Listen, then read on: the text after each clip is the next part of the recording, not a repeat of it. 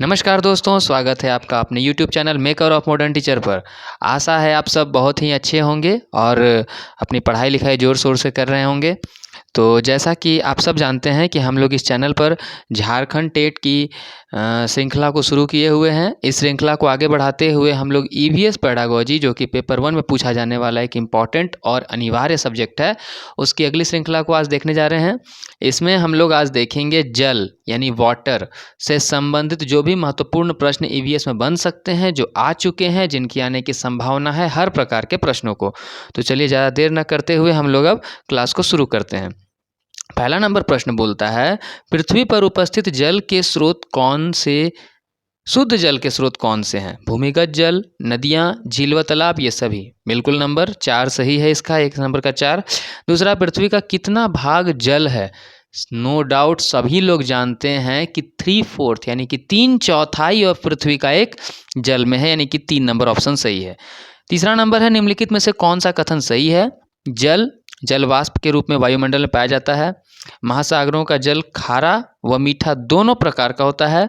द्रवित शुद्ध जल ध्रुवों पर पाया जाता है और जल की उपलब्धता लगभग सभी जगह समान है।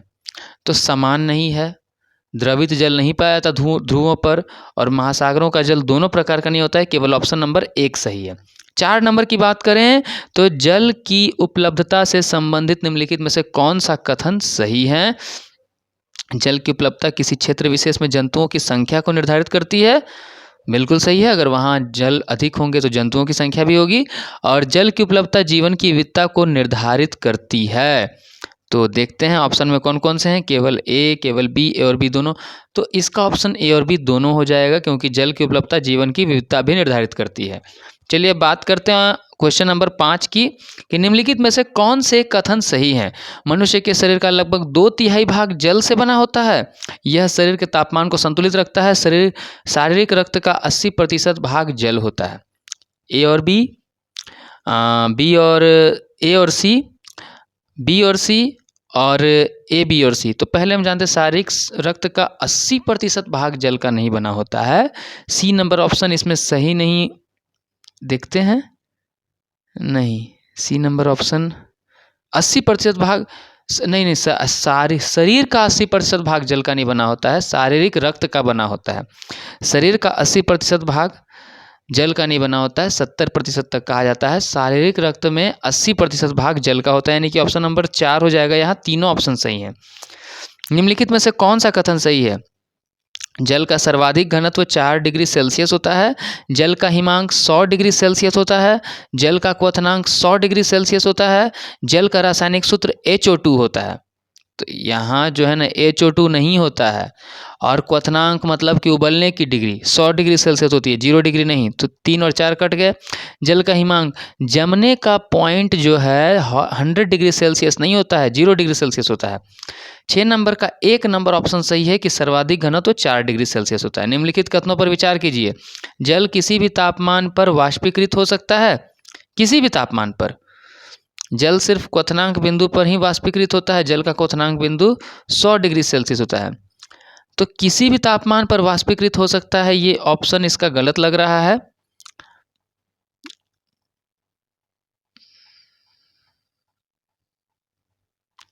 कौन से कथन सही हैं?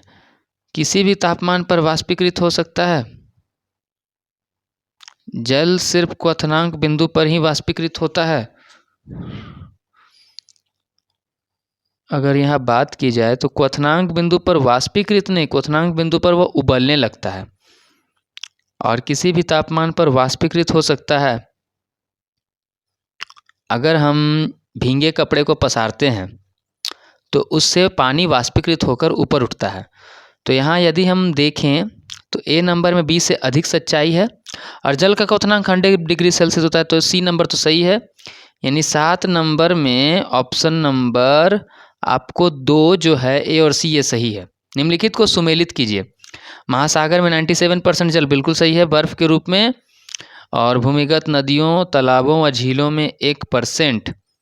तो 8 नंबर 1 नंबर ऑप्शन सही है, ए, बी, सी का 1, 2, 3। 9 नंबर की बात करें, निम्नलिखित में से कौन सा कथन सही है? देखिए, जल एक यौगिक है, सही है। 4 डिग्री सेल्सियस पर जल का घनत्व सर्वाधिक होता है, ये भी सही है। जल एक अच्छा विलायक होता है, यह भी सही है। ऑप्शन नंबर 4 आ जाएगा इसका आंसर। राधा एक बर्फीले स्थान का भ्रमण करती है जहां वह देखती है कि कुछ लोग बर्फ के छिद्र करके मछली पकड़ने का कार्य करते हैं। ऐसी घटना क्यों संभव हो पाती है? सतह पर बर्फ जमा होता है लेकिन अंदर जल की द्रव अवस्था होती है। बर्फ में मछलियां जमी हुई होती हैं। विभिन्न मछलियां शीत निद्रा में बर्फ में होती हैं। उपरोक्त सभी यहाँ ऑप्शन नंबर ध्यान से देखते हैं तो सतह पर बर्फ जमा होता है और बर्फ के नीचे जो होता है ना, आप जब देखेंगे कोई भी ध्रुवीय स्थल पर जहां आप जाएंगे और पानी जमा हुआ है, ऊपर में लोग चल पा रहे हैं उसके जमे हुए स्थल पर, उसके नीचे जो है ना पानी की लिक्विड अवस्था मौजूद होती है। और यहाँ जो शीत निद्रा का है ना, ये शीत निद्रा मछलियाँ नहीं करती हैं। शीत निद्रा मछलियाँ नहीं करती हैं। बर्फ में मछलियाँ जमी हुई होती हैं, कुछ हद तक सही हो सकती है, लेकिन सबसे बेस्ट ऑप्शन अगर देखा जाए तो 1 नंबर आता है। 3 नंबर के गलत होने के कारण उपरोक्त सभी ऑप्शन कट रहा है। अगर 3 नंबर कुछ इससे अलग आंसर रहता जो सही हो सकता था तो हम उपरोक्त सभी पर दे सकते थे। यहाँ आंसर 1 आएगा, 10 का ऑप्शन नंबर 1। मोहन देखता है कि उसकी कक्षा में शिक्षक आर्द्रता को मापने वाले यंत्र का रेखा चित्र दिखा रहे हैं। आर्द्रता को मापने का कौन सा यंत्र होता है? तो हाइग्रोमीटर, याद रखिएगा। हाइग्रोमीटर कौन सा चित्र होता है? हाइग्रोमीटर। 11 का ऑप्शन नंबर 3 हो गया। निम्नलिखित में से कौन सा या कौन से कथन सही हैं? धरातल पर पाया जाने वाला अधिकांश जल हमारे लिए उपयोगी नहीं है। जल वायुमंडल में भाप व आर्द्रता के रूप में पाया जाता है। तो यदि आप देखेंगे गौर करके तो दोनों के दोनों कथन सही हैं। ऑप्शन नंबर 3 हो जाएगा। 13 नंबर है, शिक्षक कक्षा में मृत सागर के विषय में बताते हैं। निम्नलिखित में से कौन से कथन मृत सागर के विषय में सही है? मृत सागर में लवणता सर्वाधिक है, बिल्कुल सही है।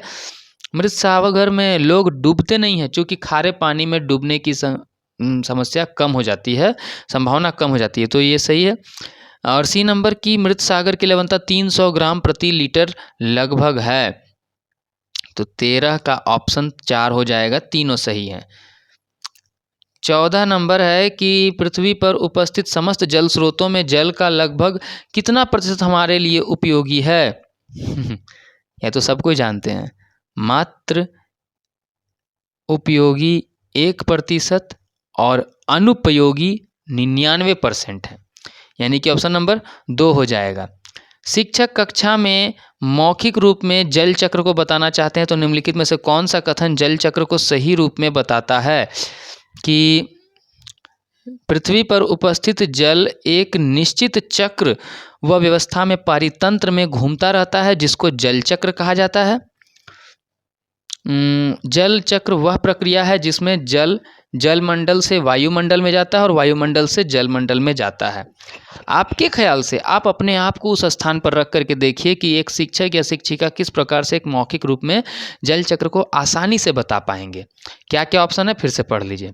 कि पृथ्वी पर उपस्थित जल एक क्या है? हाँ, मौखिक रूप में पृथ्वी पर उपस्थित जल एक निश्चित चक्र में व्यवस्था में पारितंत्र में घूमता रहता है, जिसको जल चक्र कहा जाता है। जल चक्र होता क्या है? मान लीजिए आसमान से बारिश हुई, बारिश का पानी समुद्र में गया, नदी में गया, नदी और समुद्र का पानी भाप बन के गर्मी के दिन में फिर उठा। वो गर्मी से बना हुआ भाप जो है धीरे धीरे बादल बना और बादल फिर संघनित होकर बारिश हुआ। तो यह प्रक्रिया जो गोल गोल घूम रही है और परितंत्र में जल बना हुआ है, इसको जल चक्र कहते हैं। जिसमें जल जलमंडल से वायुमंडल में जाता है और वायुमंडल से जलमंडल में आता है। तो अब देखते हैं 15 नंबर के ऑप्शन नंबर 3 में दोनों को सही बताया गया है, बिल्कुल सही जवाब ऑप्शन नंबर 3 हो जाएगा। निम्नलिखित में से कौन से कारक जल प्रदूषण के लिए उत्तरदायी हैं? घरेलू अपशिष्ट व मलमूत्र आदि का जल स्रोत में मिलना, खेतों में रासायनिक खादों के उपयोग से, जल स्रोतों में जीव जंतुओं के मर जाने से। ये खेतों में रासायनिक खादों के उपयोग से बिल्कुल सही जवाब है। खेतों में रासायनिक खादों के उपयोग से होता है जल प्रदूषण। जीव जंतु जब मर जाते हैं तो उनके भी सड़े गले अवशेषों से भी जल प्रदूषण होता है। और घरेलू अपशिष्ट, यहाँ एक ऑप्शन नहीं इसको देना चाहिए था अच्छा से ना।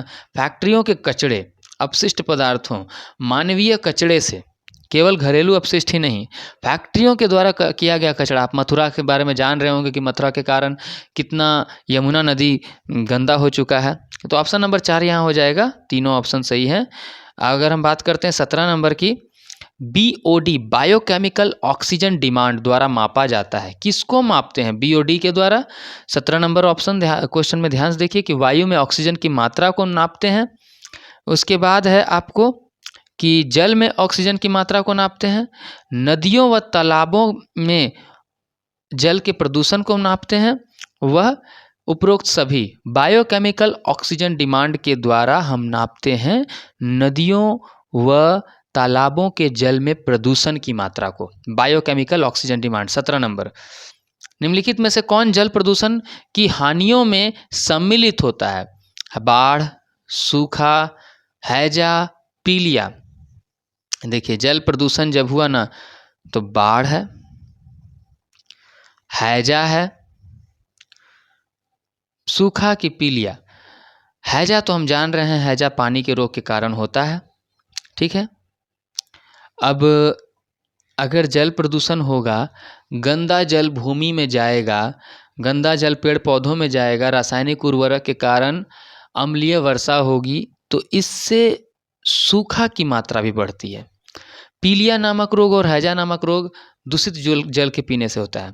और बाढ़ जो है यह भी जल प्रदूषण से संबंधित है। ऑप्शन नंबर 4 हो जाएगा यहाँ पर आंसर। 19 नंबर में है कि निम्नलिखित में से कौन से कथन सही हैं? बाढ़ के कारण हैजा व डायरिया जैसे बीमारियां फैलती हैं, सूखे के कारण भूख प्यास व जीव जंतु मर जाते हैं, दूषित जल के से मनुष्य के शरीर में विकलांगता की समस्या आती है। 19 नंबर ध्यान से देखेंगे तो आपको हैजा व डायरिया बाढ़ के कारण होता है, सूखा के कारण भूख प्यास से जीव जंतु मर जाते हैं, और दूषित जल से मनुष्य के शरीर में विकलांगता की समस्या आती है। तीनों ऑप्शन सही है, ऑप्शन नंबर 4 आ जाएगा। आगे पढ़ते हैं 20 नंबर। निम्नलिखित रोगों के युग्मों से युग्म दूषित जल के कारण फैलते हैं। कौन से युग्म दूषित जल के कारण फैलते हैं? दूषित जल के कारण कौन कौन सी बीमारियां होती हैं? मलेरिया तो नहीं होती है, तो ऑप्शन नंबर 2 और 3 हटा दीजिए। आप ध्यान दीजिए, आगे देखिए कौन कौन सी बीमारियां होती हैं। ऑप्शन नंबर 1 भी हटा दीजिए, मलेरिया जिन जिन में है उनको हटा दीजिए। टीबी, कैंसर, मियादी बुखार और हैजा।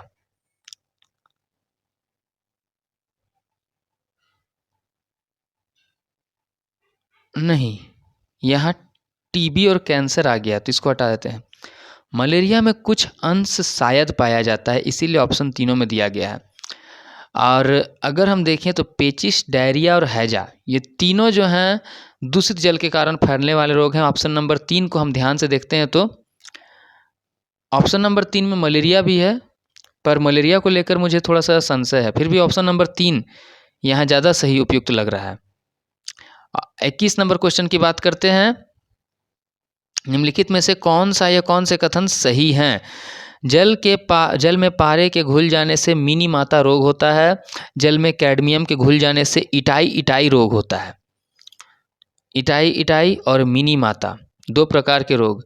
मिनी माता पारे के घुलने के कारण और कैडमियम के घुलने के कारण इटाई। तो बताइए कि कौन सा कथन सही है? तो यहाँ मिनी माता पारा Hg मरकरी को कहते हैं, ठीक है ना। मिनी माता रोग यह सही है, और कैडमियम के घुलने से इटाई यह भी रोग सही है, यानी कि 21 नंबर का ऑप्शन नंबर 3 सही, बिल्कुल सही है। दिव्या अपनी नानी के घर जाती है जहां पर पानी की गुणवत्ता सही नहीं है। ऐसे में आप दिव्या को क्या सलाह देंगे जिससे उसके स्वास्थ्य पर बुरा असर ना हो? पानी को उबाल कर पीने की, पानी को फ्रिज में जमा कर उसे फिर उसे ठंडा करके पीने की, पानी को छान कर पीने की, तीनों और उपरोक्त सभी।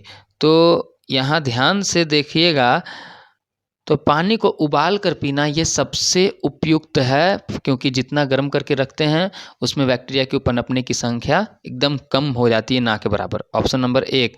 23 नंबर, दूषित जल में फिटकरी डालने से क्या होता है? जल साफ हो जाता है, अशुद्धियाँ नीचे बैठ जाती है, बीमारियाँ दूर हो जाती है। उसमें उपरोक्त में से कोई नहीं। हम जाते हैं फिटकरी डालने से अशुद्धियाँ नीचे बैठ जाती हैं, ऑप्शन नंबर 2 हो जाएगा। निम्नलिखित में से कौन सा कथन असत्य है? जल पर्यावरण का अजैविक घटक है, हमारे लिए सिर्फ 1% जल ही उपयोगी है, ये सही है 2 नंबर। दूषित जल पीने से शारीरिक विकलांगता आ सकती है, ये भी सही है। गर्म जल से जल प्रदूषण नहीं होता है। गर्म जल से जल प्रदूषण नहीं होता है, ये कोई सत्य कथन नहीं है। ऑप्शन नंबर 4 हो जाएगा इसका आंसर। मिनी माता एक प्रदूषण जनित रोग है जो परिणाम है समुद्र में बिखरे तेल का, वायुमंडल में आर्सेनिक जमा होने का, औद्योगिक पारा अपशिष्टों को पानी में छोड़ने का, मनुष्य में कार्बनिक अपशिष्टों को पीने के पानी में छोड़ने का। हमने अभी पढ़ा था कि पानी में पारा के मिल जाने से यह रोग फैलता है, यानी कि ऑप्शन नंबर 3 इसका सही हो जाएगा। मलेरिया नामक बीमारी किस प्रकार के क्षेत्र में अधिक देखी जाती है? देखिए, मलेरिया पानी से कैसे संबंधित है? पानी में मच्छर पनपते हैं, ठीक है ना। जहाँ वर्षा की मात्रा अधिक होती है, जहाँ वातावरण में आर्द्रता अधिक हो, जहाँ जल एकत्रित होने की समस्या अधिक हो। तो ए और सी तो है। अब बी पर हम लोग थोड़ा सोचते हैं कि जहाँ वातावरण में आर्द्रता अधिक हो। यदि वातावरण में आर्द्रता अधिक होती है तो वहाँ नमी अधिक होती है, वहाँ मच्छर अधिक पनपते हैं। तो ऑप्शन नंबर 4 हो जाएगा 26 का, ए बी सी तीनों। वैज्ञानिक रोनाल्ड रॉस के विषय में निम्न कथनों पर इन्होंने यह खोज की कि मलेरिया मादा एनोफिलीज के मच्छर काटने से फैलती है। सही बात है। इन्हें वर्ष 1905 में नोबेल पुरस्कार मिला था। इन्हें वर्ष 1905 में नोबेल पुरस्कार मिला था। ये बात गलत हो रही है, 1905 में नहीं मिला था, शायद 1902 वर्ष है इनका। 1902 है इनका वर्ष नोबेल पुरस्कार के लिए, इसीलिए केवल एक सही हो जाएगा। इसके बाद 28 की बात करते हैं हम लोग। कक्षा में शिक्षक मलेरिया के रोकथाम के उपाय बताता है, जिसमें वह बताता है कि सबके मूल में मच्छर है। ऐसे में मच्छरों से होने वाले रोगों की रोकथाम के लिए क्या उपाय बेहतर होगा? एकत्र हुए पानी में मिट्टी का तेल का छिड़काव, ये भी होता है। लोगों को जल में इकट्ठा होने वाली दूषित पदार्थों की साफ सफाई के लिए जागरूक करना, ये भी है। पानी एकत्र न हो इसका समुचित ख्याल रखना। तो यहाँ तीनों ऑप्शन सही हैं। ऑप्शन नंबर 4 हो जाएगा, ए बी सी तीनों। निम्नलिखित कथनों पर विचार कीजिए कि पृथ्वी पर जल का एकमात्र मुख्य स्रोत वर्षण है। वर्षा जल संग्रहण का एक प्रमुख उपाय है। कौन से कथन सही हैं? तो यहाँ 3 नंबर ऑप्शन आता है कि ए और बी दोनों कथन सही हैं।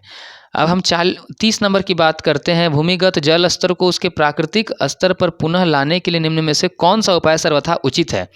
पारंपरिक फसलों का उगाया जाना, धान और गन्ने के उगाने का क्षेत्रफल बढ़ाया जाना, पाताल तोड़ कुओं का अधिक निर्माण किया जाना, औद्योगिकीकरण को बढ़ावा दिया जाना। तो जैसा कि आप सब देख सकते हैं स्क्रीन पर, यहाँ 4 ऑप्शन है कि भूमिगत जल स्तर को उसके प्राकृतिक स्तर पर पुनः लाया जाने के लिए कौन सा उपाय है? पारंपरिक फसलों का उपाय उगाया जाना, धान और गन्ने के उगाने का क्षेत्रफल बढ़ाया जाना, पाताल तोड़ कुओं का अधिक निर्माण किया जाना। कुआं और बोरिंग आप समझ सकते हैं। बोरिंग क्या होता है? जो बोरिंग होता है वो आपको जो है ना एक छोटे से स्थान पर छिद्रित करता है, इससे जल स्तर नीचे जाता है। लेकिन कुआं जो होता है ना, यह जल को संग्रहित करता है, इससे जल का स्तर ऊपर उठता है। तो पाताल तोड़ कुओं का अधिक निर्माण किया जाना, 30 का ऑप्शन नंबर 3 ये अधिक सही है। भूमिगत जल स्तर को उसके प्राकृतिक, देखिए औद्योगिकीकरण को बढ़ावा जाना, नहीं तो कभी भी सही नहीं हो सकता है। जल संरक्षण को बढ़ावा देने के लिए क्या करना चाहिए? कम उपयोग, पुनः चक्रण, रिड्यूस, रीयूज, रिसाइकल, पढ़ा है ना आपने? ये सभी यानी ऑप्शन नंबर इसके 4 हो जा रहे हैं। विश्व जल दिवस 22 मार्च हर वर्ष मनाया जाता है। ऑप्शन नंबर 1 है। भीम संघ के विषय में कौन सा कथन सत्य है? यह जल संरक्षण से जुड़ी संस्था है। इसका संचालन बंचों द्वारा किया जाता है। यह संस्था कर्नाटक में कार्यरत है। तो यदि आप ध्यान से पढ़ेंगे तो यह तीनों के तीनों सही है। कर्नाटक में भीम संघ नाम की एक संस्था है जो बच्चों के द्वारा चलाई जाती है, जल संरक्षण से जुड़ी हुई। जल पुरुष के नाम से प्रसिद्ध राजेंद्र सिंह, अभी पता होगा, शिमोन उरांव, जिन्हें जल पुरुष के नाम से, झारखंड का जल पुरुष के नाम से जाना जाता है, जिन्हें पद्मश्री पुरस्कार भी दिया गया है। उन्होंने झारखंड में जल को संरक्षण करने का बहुत अच्छा पद्धति का उपयोग किया। इनके बारे में भी प्रश्न बनाए जा सकते हैं, तो उन्हें भी जरूर पढ़ें। जल पुरुष के नाम से प्रसिद्ध राजेंद्र सिंह का संबंध किस राज्य से है? तरुण भारत संघ, किस संस्था से है? चिपको आंदोलन, भीम संघ, ये सभी। तो अभी हमने जो ऊपर पढ़ा ना, ये उन्हीं से जुड़े हुए हैं। 34 का ऑप्शन नंबर 1 बन जाएगा, तरुण भारत संघ। जैसे कि ऊपर में भीम संस्था के बारे में पढ़ाया गया, भीम संस्था जो आपको बनी है यहाँ कर्नाटक में, और ये है तरुण भारत संघ। तरुण भारत संघ के बारे में भी है, हमको पढ़ना है। विगत वर्षों में पूछे गए प्रश्न को थोड़ा देख लेते हैं। क्वथन यानी उबलना और वाष्पीकरण में क्या अंतर है? क्वथन से द्रव का आयतन कम हो जाता है, जबकि वाष्पीकरण में नहीं। क्वथन से द्रव से वाष्प में, क्वथन में द्रव से वाष्प में परिवर्तन देखा जा सकता है, जबकि वाष्पीकरण नहीं देखा जा सकता है। क्वथन से जल की अवस्था बदल जाती है, जबकि वाष्पीकरण में नहीं। वाष्पीकरण किसी भी तापमान पर हो सकता है, जबकि क्वथन नहीं। तो क्या अंतर है? सीटेट जून 2011 का सवाल है। आप जानते हैं वाष्पीकरण किसी भी तापमान पर हो सकता है, पर क्वथन के लिए 100 डिग्री सेल्सियस निश्चित मात्रा है, निश्चित तापमान। नींबू साधारण पानी में डूब जाता है, लेकिन नमकीन पानी में तैरता रहता है, क्योंकि नींबू का घनत्व नमकीन पानी में अधिक हो जाता है, नींबू का घनत्व नमकीन पानी में कम हो जाता है। नींबू नमकीन पानी का घनत्व साधारण पानी के घनत्व से अधिक होता है। साधारण पानी का घनत्व नमकीन पानी के घनत्व से अधिक होता है। अब इसका आंसर बताइए कि आपके ख्याल से क्या होता है। 36 में सीटेट जून 2011 का सवाल है। ऑप्शन नंबर 3, नमकीन पानी का घनत्व साधारण पानी के घनत्व से अधिक होता है, जिसके कारण नींबू पानी में तैरते रहता है। हम जानते हैं कोई भी वस्तु पानी में डूबती है, तैरती कैसे? जब वस्तु का घनत्व पानी के घनत्व से कम रहेगा तो वह तैरेगा, पानी के घनत्व से अधिक होगा तो वह डूबेगा। रक्त की जांच द्वारा किसकी उपस्थिति में मलेरिया की पहचान की जाती है? रक्त में क्षतिग्रस्त यकृत कोशिकाएं, रक्त में मच्छर के लार्वे, लाल रक्त कोशिकाओं में मच्छर के अंडे, लाल रक्त कोशिकाओं में मलेरिया परजीवी प्लाज्मोडियम। आप जानते हैं कि मलेरिया प्लाज्मोडियम नाम के प्रोटोजोआ के द्वारा फैलाई जाती है। तो 37 का ऑप्शन नंबर 4 हो जाएगा। रेखा की माँ खाली स्थान के लिए रोजाना तालाब से पानी में फिटकरी डालती है, किसके लिए? पानी को रंग रहित करने के लिए, हल्के निलंबित अपद्रव्यों को अवसादित करने के लिए, कठोर जल को मृदु जल में परिवर्तित करने के लिए, पानी में स्थित रोगाणुओं को खत्म करने के लिए। तो ध्यान दीजिएगा, आम जानते हैं अवसादित करना मतलब कि एक तरह से छानना, एक तरह से उसमें जो अशुद्धियां हैं उनको नीचे भेजना। तो 38 का ऑप्शन नंबर 2 हो जाएगा यहाँ आंसर। 39 है, खाली स्थान के लिए मछली घर एक्वेरियम में हवा वाला पंप रखा था, पानी को साफ करने के लिए? नहीं। जलीय पौधों को अधिक कार्बन डाइऑक्साइड उपलब्ध कराने के लिए? नहीं। अधिक ऑक्सीजन को पानी में घुलने देने के लिए? मछली घर की शोभा बढ़ाने के लिए? शोभा बढ़ाना इसका नहीं है, ऑप्शन नंबर 3 हो जाएगा, ऑक्सीजन डालने के लिए। आरती एक पोस्टर पर एक बीमारी की रोकथाम से संबंधित निम्नलिखित सावधानियां पढ़ती है। अपने आसपास पानी को एकत्र न होने दें, पानी के बर्तनों, कूलरों और टंकियों को साफ रखें, यदि कुछ जगहों पर पानी एकत्रित हो तो मिट्टी का तेल का छिड़काव करें। अब ऑप्शन पढ़िए। पोस्टर का उद्देश्य है खाली स्थान के विषय में जागरूकता पैदा करना। डेंगू और जापानी मस्तिष्क ज्वर, इंसेफ्लाइटिस, चेचक और मलेरिया, डेंगू और टाइफाइड, डेंगू और आई फ्लू, टाइफाइड और हैजा। तो ध्यान से देखिए, ये मच्छर से होने वाले रोगों से बचाव के लिए है। तो मच्छर से होने वाले रोग आपको ऑप्शन नंबर 1 में है, डेंगू और जापानी मस्तिष्क ज्वर, इंसेफ्लाइटिस। 41 की बात करें तो पानी के साथ प्रयोग करते हुए ज्योति यह देखती है कि स्टील की खाली कटोरी पानी पर तैरती है, लेकिन लोहे की एक छोटी कील डूब जाती है। इसे खाली स्थान तथ्य द्वारा व्याख्यायित किया जा सकता है। लौह पानी में की तुलना में हल्का होता है और स्टील पानी की तुलना में भारी। स्टील की कटोरी पर लगने वाला बल उसके भार की तुलना में ज़्यादा है, जबकि लोहे की कील पर लगने वाला बल उसके भार की तुलना में कम है। लोहे की कील पर लगने वाला बल उसके भार की तुलना में ज़्यादा है, जबकि स्टील की कटोरी पर लगने वाला बल उसके भार की तुलना में कम है। लोहा पानी की तुलना में भारी है, लेकिन स्टील पानी की तुलना में हल्का है। तो देखिए, यहाँ बात आ जाएगा कि लोहे की कील पानी में डूब जा रही है और स्टील पानी में तैर रही है, स्टील की कटोरी। ऐसा क्यों है? क्योंकि स्टील की कटोरी पर लगने वाला बल जो है उसके भार की तुलना में ज़्यादा है। और जबकि मतलब बल समझ रहे, बल जो नीचे से लग रहा है, पानी के द्वारा जो बल कटोरी पर लगाया जा रहा है और स्टील के कटोरी का जो भार हो रहा है वो कम हो रहा है। लेकिन यहीं पर हम कील की बात करें तो लोहे की कील पर जो लगने वाला बल जो है उसके भार की तुलना में कम है।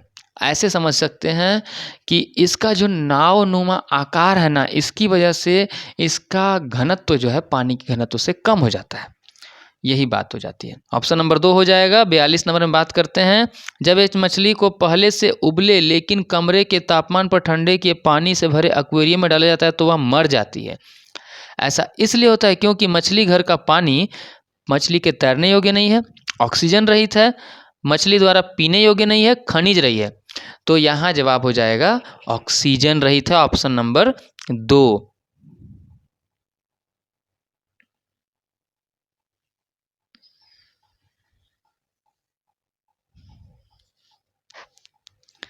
आगे देखते हैं, तरुण भारत संघ नामक समूह है पुरानी झीलें नवनिर्मित करने से, विशेष रूप से सक्षम बच्चों को सिखाने में मदद करने से, स्कूलों में दोपहर का पका हुआ भोजन उपलब्ध करवाने से, आर्थिक रूप से कमजोर वर्गों के बच्चों के लिए निःशुल्क कोचिंग कक्षाएं चलवाने से। तो 43 का आंसर है ना, पुरानी झीलें नवनिर्मित करने के लिए खोली गई एक संघ है तरुण भारत संघ। Option number 1। 44, निम्नलिखित में से रोगों का वह समूह चुनिए जो मच्छरों से फैलता है। Dengue, malaria, chikungunya. पहला नंबर ऑप्शन ही सही है। मलेरिया, हैजा, मियादी बुखार। तो यहाँ मलेरिया है पर हैजा और मियादी बुखार नहीं। मलेरू, डेंगू है, हैजा हैजा नहीं है। मलेरिया, चिकनगुनिया, मियादी बुखार। अच्छा, मियादी बुखार वो बुखार होता है ना जिसमें बुखार रात में चढ़ जाता है, रात में बुखार हो जाता है, दिन में उतर जाता है, ऐसा एक बुखार। ऑप्शन नंबर यहाँ 44 का 1 हो जाएगा सही। 45 की बात करें, विश्व वैज्ञानिक का नाम बताएं जिसने सर्वप्रथम मच्छर के पेट के अंदर ताक झांक और यह सिद्ध किया कि मलेरिया मच्छर से फैलता है, और इस अनुसंधान के लिए दिसंबर 1902 में चिकित्सा के क्षेत्र में नोबेल पुरस्कार दिया गया। रोनाल्ड रॉस हैं इनके आंसर। 45 का 1 हो जाएगा। 46 नंबर, रजत ने अपने मित्र से कहा, मैं नहीं खेल सकता क्योंकि मुझे बुखार है, मैं कपकपी, बुखार, सिरदर्द और अंत में पसीना आने से के चक्र से गुजरता हूँ। रक्त की जांच के बाद डॉक्टर ने मुझे कड़वी दवाई दी। रजत किस रोग से पीड़ित है? यह रोग हो जाएगा मलेरिया, यानी कि 46 का 1। मृत सागर क्या है? एक सागर जिसका पानी जहरीला होता है, नहीं, गलत है। ऐसा सागर जो सभी महासागरों व सागरों से ज़्यादा नमकीन है, हाँ।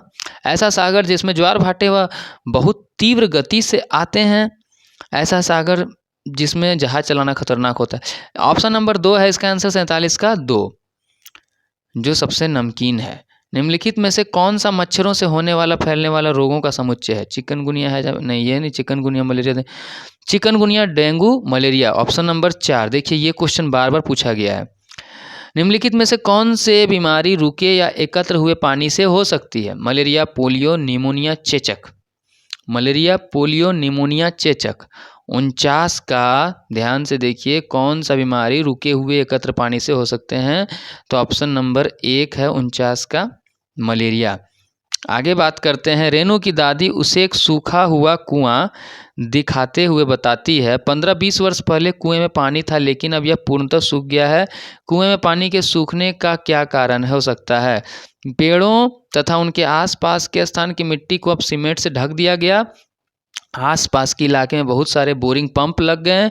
प्रत्येक व्यक्ति के घर में अब नल होने के कारण कोई भी कुएं का प्रयोग नहीं करता। ऑप्शन नंबर सी अब देखते हैं तो उतना ज़्यादा तो नहीं, लेकिन पेड़, कुएं तथा उनके आसपास के स्थान की मिट्टी को अब सीमेंट से ढक दिया गया, ये नंबर परफेक्ट है। आसपास के इलाके में बहुत सारे बोरिंग पंप लग गए हैं।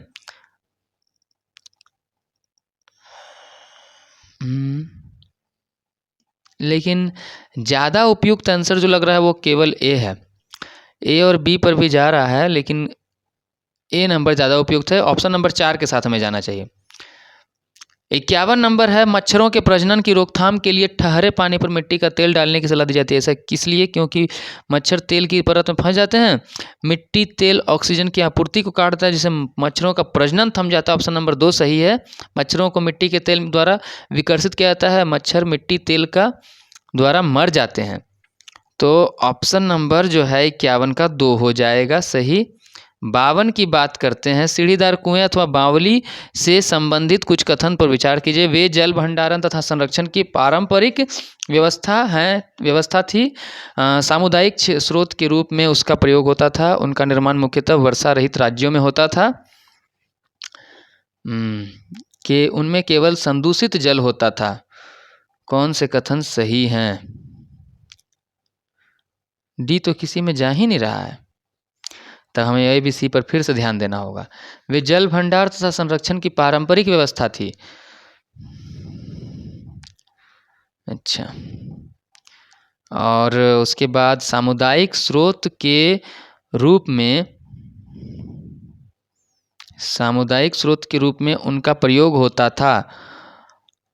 उनका निर्माण मुख्यतः वर्षा रहित राज्यों में होता था। ये ए बी सी तीनों सही है। ऑप्शन नंबर 3 हो जाता है। 53 में बात करते हैं वाष्पीकरण विषय पर बच्चों की विविध सोच का आकलन करने के लिए निम्नलिखित में से कौन सा प्रश्न एक नमूना हो सकता है? बच्चों की विविध सोच व आकलन को प्रस्तुत समझना है, जानना है, तो कौन सा हो सकता है नमूना? जल चक्र के 5 लाभ लिखिए। क्या होता यदि जल चक्र होता ही नहीं? जल चक्र के क्रम के सोपानों की सूची बनाएं। जल चक्र का आरेख बनाइए और उसे नामित कीजिए। देखिए, बच्चे इतने तो समझदार नहीं है कि क्या होता यदि जल चक्र होता ही नहीं ये बता पाएँ। जल चक्र के 5 लाभ लिखें, ये भी एक रट्टा प्रश्न है। और जल चक्र के क्रम को लिखिए, ये भी बहुत थॉट को समझने वाला। लेकिन एक छोटे क्लास के बच्चे के लिए जल चक्र का चित्र बनाइए जो उनकी समझ को दर्शा सकता है। तो इस प्रकार हम कह सकते हैं कि ऑप्शन नंबर 4 बिल्कुल सही है। तो इस प्रकार हमने देखा आज जल नाम के पाठ को। अगली कक्षा में हम अगले पाठ को देखेंगे। तब तक के लिए धन्यवाद।